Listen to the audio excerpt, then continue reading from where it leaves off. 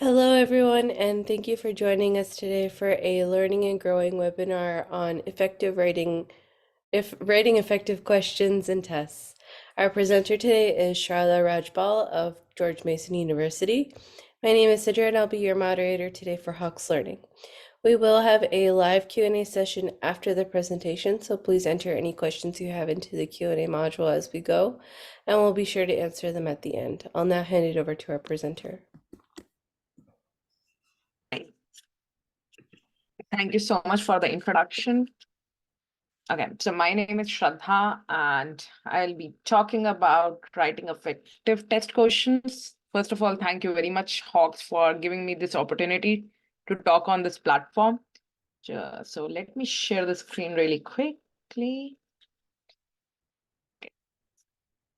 Is the screen visible? Just to make sure. Yes, it is. Okay, thank you so much. Okay, so to start with the webinar, why? Okay, just a second. Not sure why it's not moving forward. Okay, yeah, there you go. Thank you. Mostly happens with me when I'm giving a talk. Okay, so let's understand first of all the purpose of the presentation. So the presentation is all about how to create effective test questions. And to understand it more in a general format, I would say, imagine you are making a test for your students. So you want to make sure that your questions are good ones, right? So here is what you need to think about. First of all, item writing guidelines. Means think of item writing guidelines as the rules for writing the test questions. You want your questions to be very clear and fair so that your students can understand what you are actually asking. Then the best practice is to prevent the guessing. You don't want your students just to guess the right answers without actually really knowing that they actually know the stuff or not. So you have to come up with some tricks to make guessing harder. For example, you might have like multiple choice questions where the wrong answers are designed to look similar to the right one. And that will definitely make the students like, it's more likely that students who will guess will get it wrong. So in simpler terms, when you are making a test, you want to make sure that your questions are clear, it's fair, it's tricky enough that students are not just guessing the right answers. And this is what all this presentation is about. Moving on. So the first part is about aligning questions with learning objectives. And when we say aligning questions with learning objectives, let's understand what do we actually mean by learning objectives. So learning objectives are the specific goals that outline what students should know or able to do by the end of the course. It's just like a destination or the target that students are aiming to reach. And when we say alignment, means each question or test item in the course should directly relate to one or more of the learning objectives. Again, think of it like making sure that every question on a test is testing something that was taught or supposed to be learned. Accurate measurement is really important. When we say assessment accurately measures the intent knowledge or the skills, it means that the test or questions effectively check whether the students have achieved the learning objectives.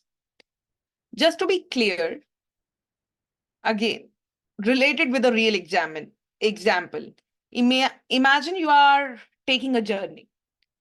And when you are taking the journey, your learning objectives are your destinations that you want to reach. So each question on a test is just like a checkpoint along the way to make sure that you are on the right path and you are reaching your destination. Each checkpoint should be directly related to one of your destinations. This way, you know you are learning the right things and you are being tested on what you are supposed to know. The important agenda. What is the purpose of the test? So the main reason we give tests is to figure out if students have learned what they were supposed to learn. It's not about seeing that if someone is good at taking tests, but rather it's about if they have understood the stuff that they were taught. So I would avoid confusing and the tricky questions. Tests should be fair enough. We don't want to include questions that are really confusing or really tricky because in my perspective, it's not a good way to see if someone knows the material. Tricky questions can definitely trip up the students, even those students who know the stuff. So it's better to keep the things very clear and very straightforward. We want to test what students actually know and how well, not how well they can figure out the tricky questions. It's all about testing their knowledge or testing if they have achieved the learning objective. Okay. Another thing, when we are making a test or when we are even making the guideline for the test, it's important to have an appropriate level of a test. Test should match what students are supposed to know at their level. Again, it would not be fair enough to ask a beginner level students questions meant for the advanced students. Like, for example, giving a first grader a test on college level math. There should be fair expectations. We should not expect students to know things that are way above their grade or above their skill level. It's again asking someone who just started how to learn, who just learned how to ride a bike, and you are asking them to complete a professional cycling race. So it's not at all fair.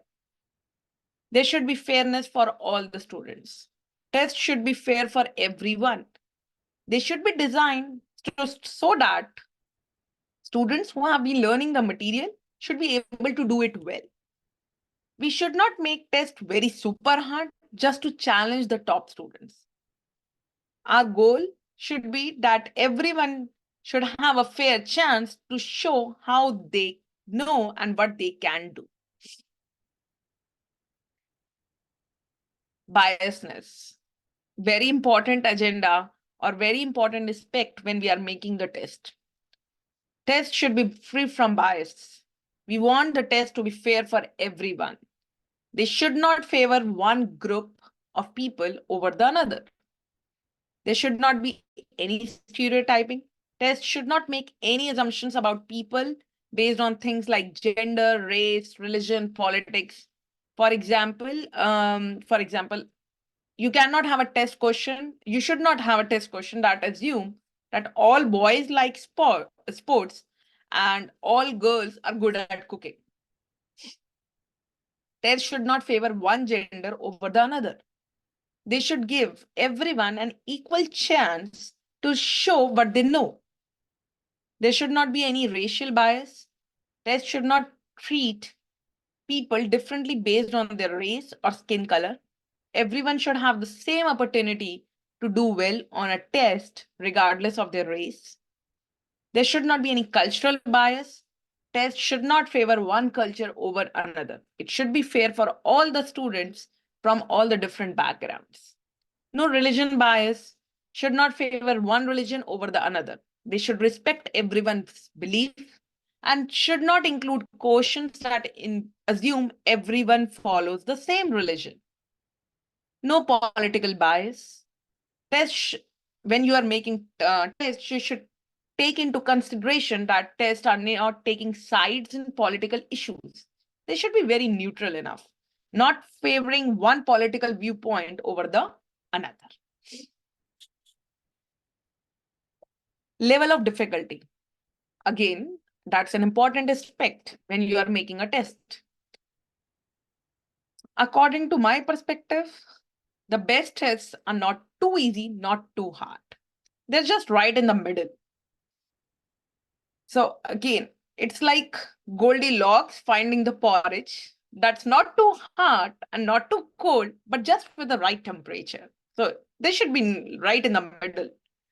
I don't want to test my top students. I don't want to like ignore my average students. There should be challenges with specific expectations.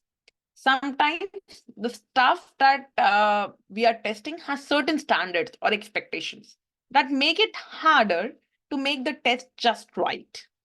So it's like, again, it's like trying to bake a cake exactly the way a recipe says. And we all know it's very hard to get everything what is there on the YouTube. You cannot get it perfect because there are specific rules you have to follow. Similarly, if a subject has strict guidelines or it has some rules, it can be tricky to make a test that is perfectly in middle in the terms of difficulty. So yeah, this is something we need to be very careful about. We have to be like particular what is the level of the difficulty in the test. Okay, trivial and trick questions. We want to avoid questions that are too easy or the ones that try to trick the students. Instead, as I discussed earlier, questions should be straightforward, should be clear, should be fair, should be concise. We don't want our students to guess, or we don't want our students to have the feeling, okay, that the questions are silly. Avoid humorous responses. Questions should not be very funny. They should be focused on testing. They should be serious on like what students know. We don't want our students to be distracted by jokes or some weird stuff in the questions. They should be straightforward. Questions should be easy to understand so that they are easy to answer as well. They should clearly show who knows the material and who doesn't know the material. We don't want questions that are confusing the students or make it hard to figure out what is actually being asked. So questions should be very clear that student is able to understand, okay, the question is asking this thing. It should not be like the student is somewhere fixed in the never ending loop that they are not able to understand the question. But every question on the test should be very important and should contribute to the final score. We don't want any questions that really don't matter or the questions that are there only for fun. Each question should help to determine how much student knows the material. So it's very important when we are making the test that how we are putting out the questions in the test. Use very clear language. Questions should be easy to understand with no confusing words, no phrases. It's like having a conversation where everyone gets what you are saying without needing to think too hard. So it should be just like a chit chat that we are understanding each other. So when we are writing the questions and when the students are actually perceiving it, there should be a balance between both of them. Simple sentences. Make sure the students in the questions, make sure that the sentences in the questions are not too long, too complicated. Being a math instructor, I would say like sometimes the questions are so much involved, it's difficult to figure out what actually the teacher is or the instructor is asking. So it's good to have the questions to be short enough or not very complicated. Keep it very straightforward so that students don't get lost trying to figure out what is being asked. Sometimes it happens that at the very end, you don't understand what the question was actually demanding. So we don't want such type of questions. There should be enough context. Give students all the information they need to answer the question. Again, it's just like giving a map so that they know where they are going. Without having enough context, students might feel lost, might not know how to answer the correctly. So it's important to give them the enough context. Incorporating diverse question formats. For example, there should be different question types. Instead of just asking multiple choice questions, mix it up, jumble it up, use different formats. You can have short answer types, you can have essays. It's like having a toolbox with different tools for different jobs. Each type of question tests something different. Levels of complexity. Questions can be easy or hard, but they can also be different kinds of challenging. Some questions just ask you to remember the facts, while other ask you to really think, analyze. It's just like some questions are like opening a door, while others like solving the questions. Accommodating learning styles. Everyone learns differently, everyone has their capability. So it's good to have different kinds of questions. Some people like to pick from choices, while others prefer to write things out. So using different question types, you are making sure that everyone has a chance to show what they know. Again, it's like having different paths for the mountains. Everyone can find the one that works best for them. So incorporating as many as diverse different question formats. Promoting critical thinking and problem solving. Make questions that make the students use what they have learned to solve the problems, or how they have figured out the things. Again, it's like giving a puzzle to solve instead of just asking them to remember stuff. We don't want the students to memorize. We don't want to have a rote learning. It should be solving, analyzing, and thinking on the go. Don't just ask questions where students have to repeat facts they have learned. Okay, in this for question we have used this, and again we have a question where we are actually pointing out we have used this. So we don't want to repeat the facts. Instead, make them think, use their brain to come up with the answers. Thinking outside the box. Encourage students to think in new ways, come up with creative solutions. Again, thinking of different ways to use a pencil just beside writing with it. So how can you use a pencil and just not using the pencil only for writing it? So there should be a ways to use a pencil. So think of a questions in which students can answer creatively. Providing constructive feedback, that's really important. After students do something, like for example, they're taking a test, maybe they're completing an assignment, tell them how they did. Explain what they did well, what they can do better. It's just like a report card with the comments. I don't give them grades. Sometimes you can just tell them. Spotting mistakes, important. Look at what students got wrong to see if there are any patterns. Sometimes there are actually patterns. Maybe a lot of students are making a same mistake. So you can help on focusing what part you want to make them understand better. Help the students to improve. Give the students tips how you can do better next time. Like giving someone advice to shoot a basketball. You show them what they are doing wrong and how they can fix it. So it's good if you are advising them, if you are just giving them tips to improve on their weaknesses. Again, keep on reviewing assessment.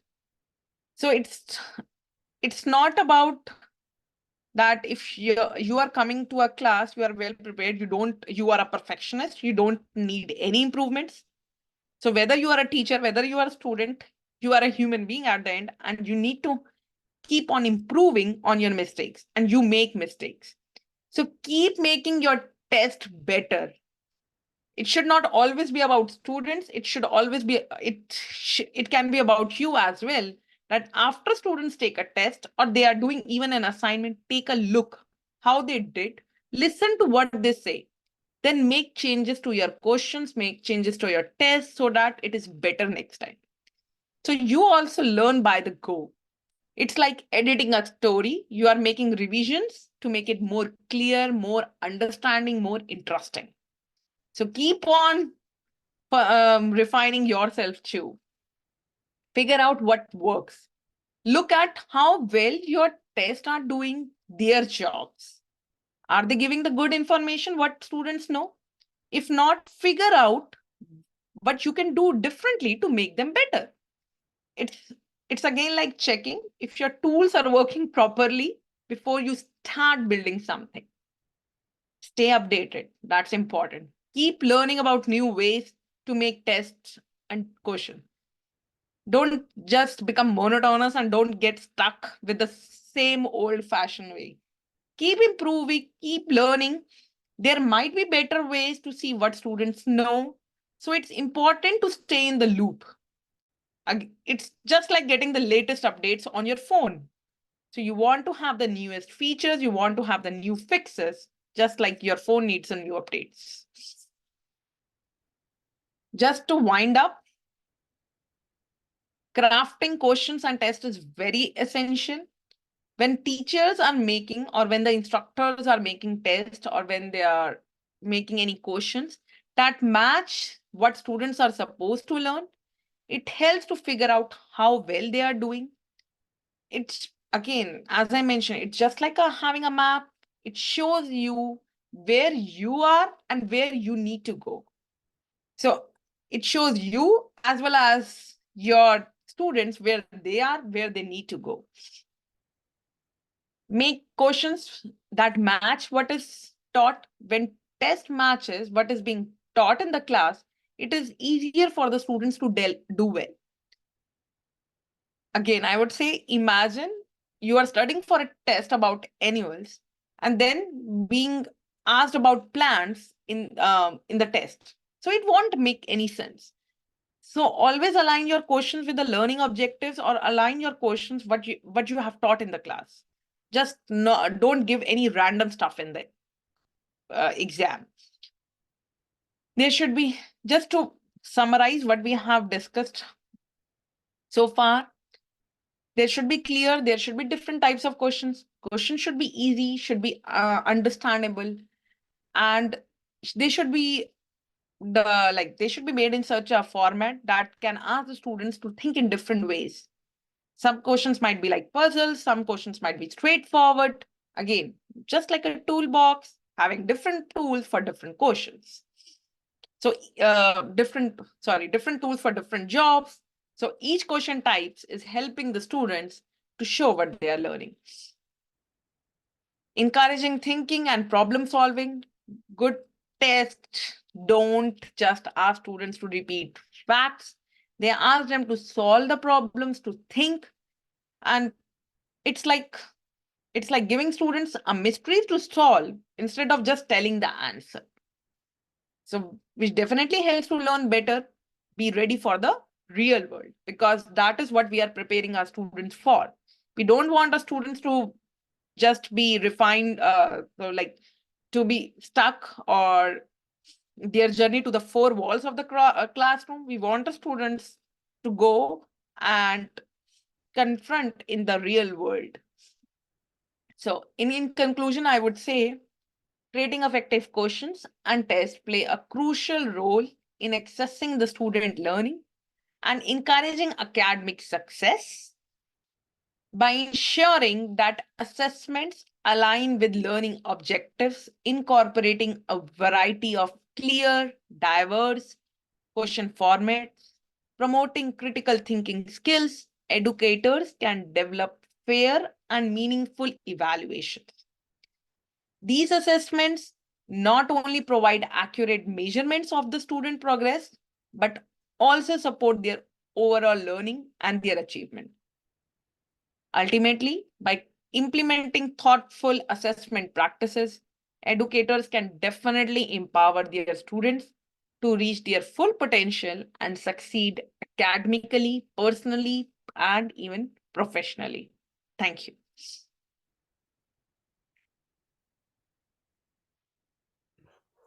All right, if there are any questions, please go ahead and drop them in the chat box or in the Q&A module.